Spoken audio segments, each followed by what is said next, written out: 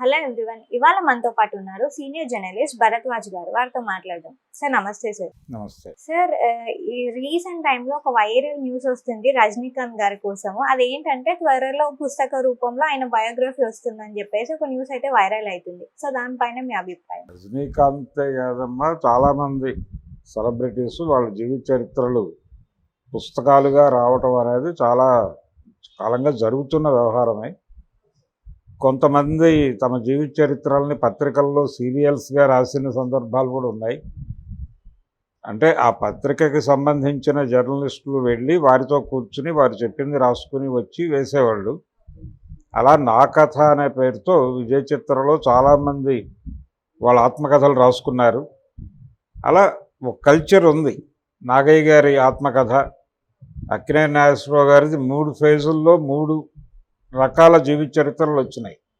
కృష్ణకుమారి గారు రాసినటువంటి జీవిత కథ ఒకటైతే, కథానాయకుని కథ అనే పేరుతో ముళ్ళపూడి వెంకటరమణ గారు ఒక బయోగ్రఫీ రాస్తే, మూడోసారి ఆయనే స్వయంగా తన ఆటోబయోగ్రఫీ అంటే తన జీవిత చరిత్ర తనే రాసుకున్నాడు. ఆయన తనే చెప్పుకున్నాడు, దాన్ని పుస్తక రూపంలో తెచ్చారు. అలా ఎన్టీ రామారావు గారు అలాంటి ప్రయత్నం ఏం చేయలేదు. ఆయన జీవిత చరిత్ర గ్రంథస్థం చేయటము అనే పనిలో భాగంగానే లక్ష్మీపార్వతి గారు అక్కడ ప్రవేశించారు. ఆ తర్వాత అది అనేక మలుపులు తిరిగింది.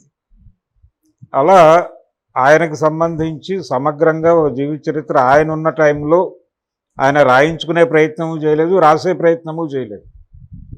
దాసరి నారాయణరావు గారు తన ఆత్మకథ రాసుకొని దాన్ని రిలీజ్ చేయాలనేటువంటి ఒక ఆశ ఉండేది ఆయనకి కూడా అవ్వలేదు, ఆయనకు కూడా కుదరలేదు. మోహన్ బాబు గారికి కూడా ఉంది ఆ కోరిక. మోహన్ బాబు గారు ఆ పనిలో ఉన్నారు ఆల్రెడీ. అదొక యాక్టివిటీ నడుస్తోంది. ఒక పాపులర్ ఫిల్మ్ జర్నలిస్ట్ గారు అది రాస్తున్నారు, ఆయన బయోగ్రఫీ. చిరంజీవి గారికి సంబంధించి ఆయన జీవిత కథని యండమూరి వీరేంద్రనాథ్ గారికి రాసే బాధ్యత అప్పచెప్పారు. వారు రాస్తున్నారు, ఆ పని నడుస్తోంది. కాబట్టి ఇప్పుడు రజనీకాంత్కి సంబంధించి చాలా సందర్భాల్లో చాలా ఇంటర్వ్యూలు ఆయన సినిమా ఇండస్ట్రీకి వచ్చిన కొత్తలో తన గురించి తాను చెప్పుకున్నాడు. చాలా విషయాలు ప్రపంచానికి తెలుసు. రజనీకాంత్ ప్రయాణం ఏమిటి అనేది. అంటే ఆయన కండక్టర్గా మొదలయ్యాడు బెంగళూరులో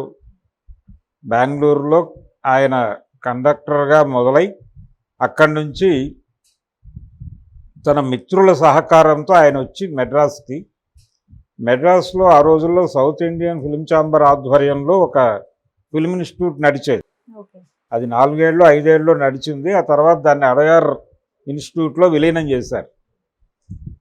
ఈ సౌత్ ఇండియన్ ఫిల్మ్ ఛాంబర్ ఆధ్వర్యంలో నడుస్తున్నటువంటి ఫిల్మ్ ఇన్స్టిట్యూట్లో ఫస్ట్ బ్యాచ్ స్టూడెంట్గా చేరాడు ఆయన రజనీకాంత్.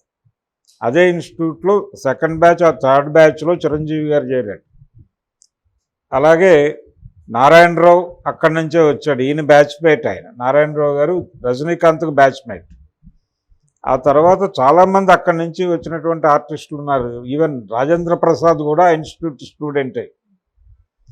ఇలా ఆ రోజుల్లో చాలా ప్రభావవంతమైనటువంటి, అంటే అన్ని తెలుగులోను అలాగే తమిళ్లోను అద్భుతమైనటువంటి ప్రభావం చూపించినటువంటి చాలామంది ఆర్టిస్టులు అక్కడి నుంచి వచ్చిన వారే, ఆ ఇన్స్టిట్యూట్ నుంచి వచ్చిన వారే.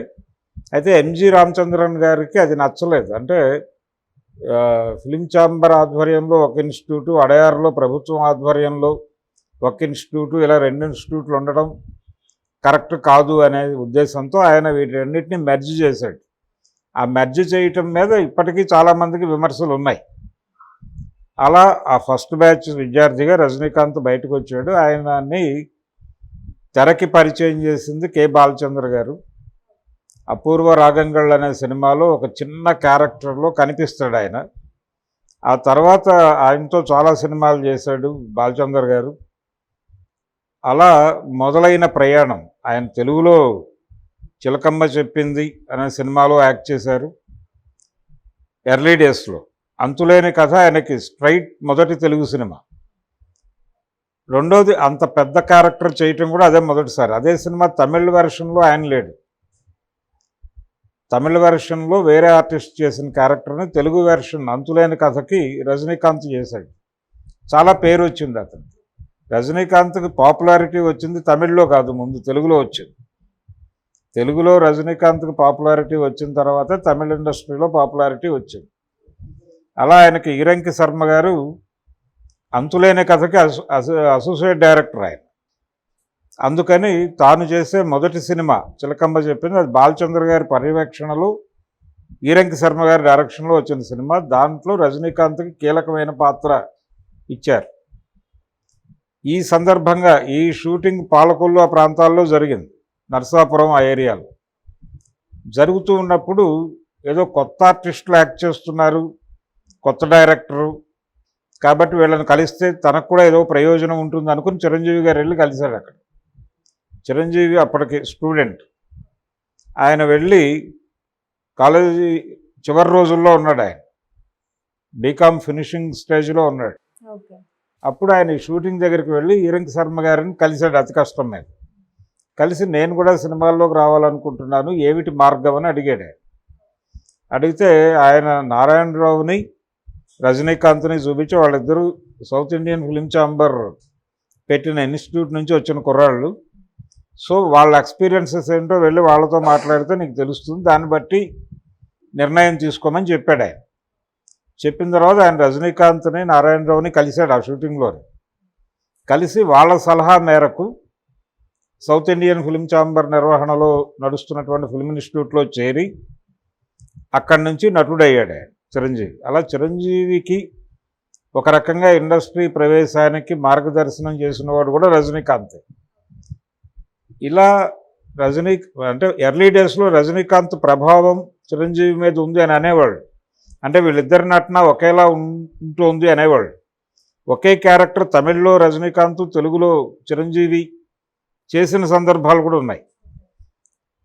అంటే ఆయన తమిళ్లో చేసిన క్యారెక్టర్నే బాలచంద్ర గారే తెలుగులో రజనీకాంత్తో తమిళ్లో చేయించి, తెలుగులో అంతులేని కథ కాదు, ఇది కథ కాదు అనే సినిమాలో చిరంజీవి చేసిన క్యారెక్టర్ తమిళ్లో రజనీకాంత్ చేశాడు.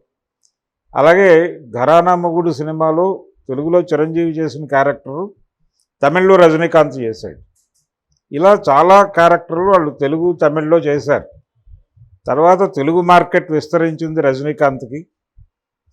అలా ఒక మాట అనేవాడు ఆయన తరచు, అంటే చిరంజీవి గురించి మాట్లాడేటప్పుడు కమల్ హాసన్ ప్లస్ రజనీకాంత్ = చిరంజీవి అనేవాడు రజనీకాంత్.